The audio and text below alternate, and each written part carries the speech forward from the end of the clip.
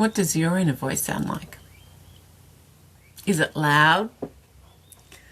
Or is it just this kind of gentle undertow that maybe we're not always listening to? Self-trust and trusting in our inner voice actually begins with the small choices, the tiny choices, and not big life leaps. Now, a lot of us actually lose that connection to our inner voice, our self-trust, because we've spent so long overriding our own needs, feelings, preferences, and body signals. I can tell you now, I went for years with this tension in my gut because I didn't know that was my body trying to say, this isn't the right thing for you. I just kept pushing on. A lot of that was through fear. And scarcity and guilt and shame, and all those things can block out that voice that's telling us that there's time for something different. Now, those small yeses and small nos can show up as really subtle cues in our body. They could be, a softening or a tightening, could be a relief or a heaviness. Sometimes it's like hot or cold. It can be a curiosity or a dread or a sense of expansion and opening up.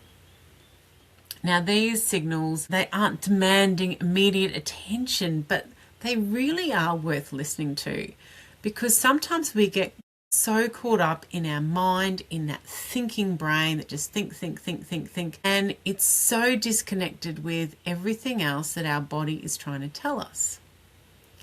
And we can rush off thinking that this is what we're doing, this is what we need, this is how we solve the problem, this is. And because we're not listening to our body, because we're kind of like up here instead of down here, often the actions that we're taking is actually making it harder to hear the body and getting us further away from what we actually need and want in life. This is when, success feels empty.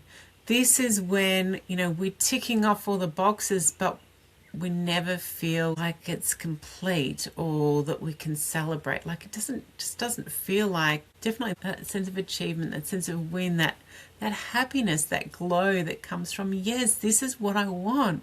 This feels so good. We can really lose that. And sometimes we've gone a long way down a different track before we realize that it's not the right track for us at all. Self-trust isn't about always getting it right either. It's knowing that we can stay with ourselves through the outcome. Your body might actually need repeated evidence that you're listening before it begins to trust you again. It's like a two-way street. It's the same as external relationships. If we're not trusting someone, they're not going to trust us. And we need to take that first step. It's the same with our body. So what I'd like to invite you to do today is to consider, what is one trustworthy choice that I can make today to show my body that I'm starting to listen. If you need help in some strategies on how to start listening, then I really recommend you join our workshop series, because this is where we get serious about those reconnections, about creating calm, boundaries, and returning to ourselves. I'm Tanya Rutherford, and this is Queen Bee Rising.